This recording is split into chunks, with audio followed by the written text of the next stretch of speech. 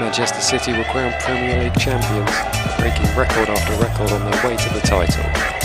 Everyone is wondering, can they do it again next year?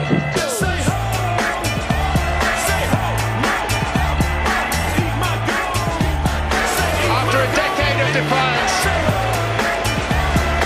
the potter's wheel comes to a shuddering halt. At the other end of the table, Stoke, Swansea and West Brom were all relegated. Will they be able to bounce straight back up? It's a tough ask.18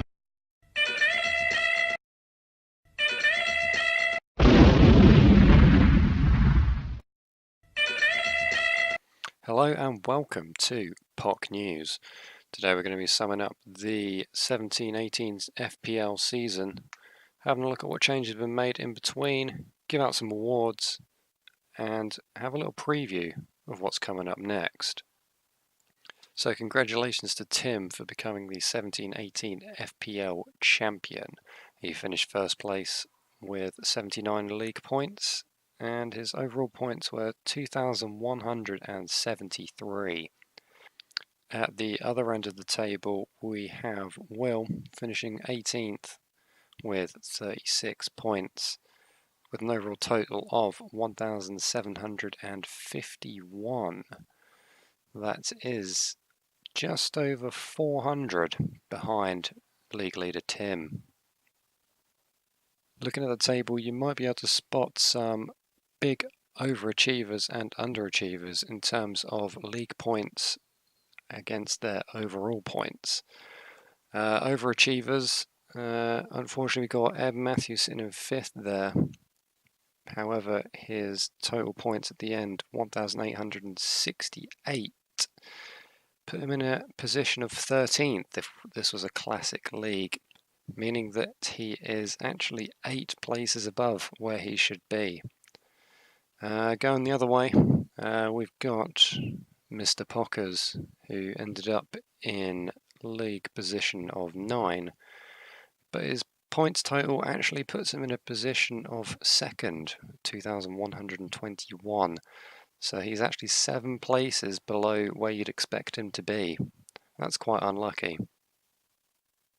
Now let's have a look at some of the stats of actually how the players did in the teams. So first off, we're going to have a look at most goals scored. And least amount of goals scored by any team was actually Owen's team, and they only managed to score 64 goals across the season. On the opposite end of things, Mr. Pockers again, his team managed to put away 112 goals. Defensively, looking at clean sheets, worst off Mr. Guy McKilligan with 37 clean sheets for the season, compared to Tim with 74. The creative teams with the most assist is Charlie Nunn with 80, and with literally exactly half on 40 is Will. Safe hands, the person who made the most saves was Mr. Ed Matthews with 121, and the person who's a bit of a carrius, Catherine with 77.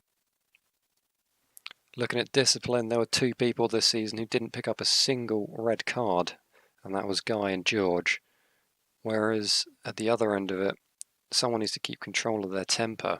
Most red cards for the season, Charlie Nunn, with a massive total of 6 red cards.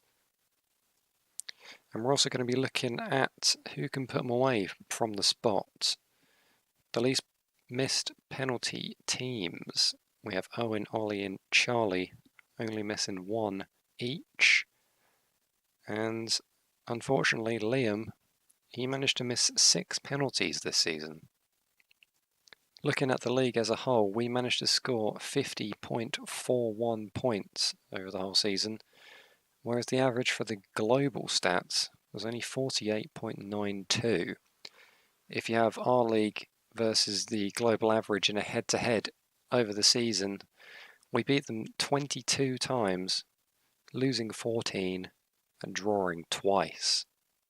So we're going to be handing out some awards for the season that's just gone. We've got 2 awards to give out today. The Manager of the Year, and the most improved. First off, I don't think anyone can argue with the Manager of the Year award this year. It's going to go to Tim for spending most of the time in the season at the top of the table. Most improved is going to be going to Edward Matthews for his impressive climb from near the bottom to rather near the top and managing to stay there. So well done to both of them for that. And now on to the analysis part. First of all, we're going to be having a look at the players whose positions have changed from last season. So let's go through them quickly. Arnautovic was a midfielder, now he's a forward. Delph from Man City, midfielder, now he's a defender. Diabate for Leicester was a forward, now he's a midfielder. Kachunga for Huddersfield, midfielder, now a forward. Masuaku, West Ham, defender, now a midfielder. James Milner, he was a defender and now he's back to midfield. Wan-Bissaka from Crystal Palace was a midfielder, now he's a defender. Ashley Young, Man United, was a midfielder, now he's a defender.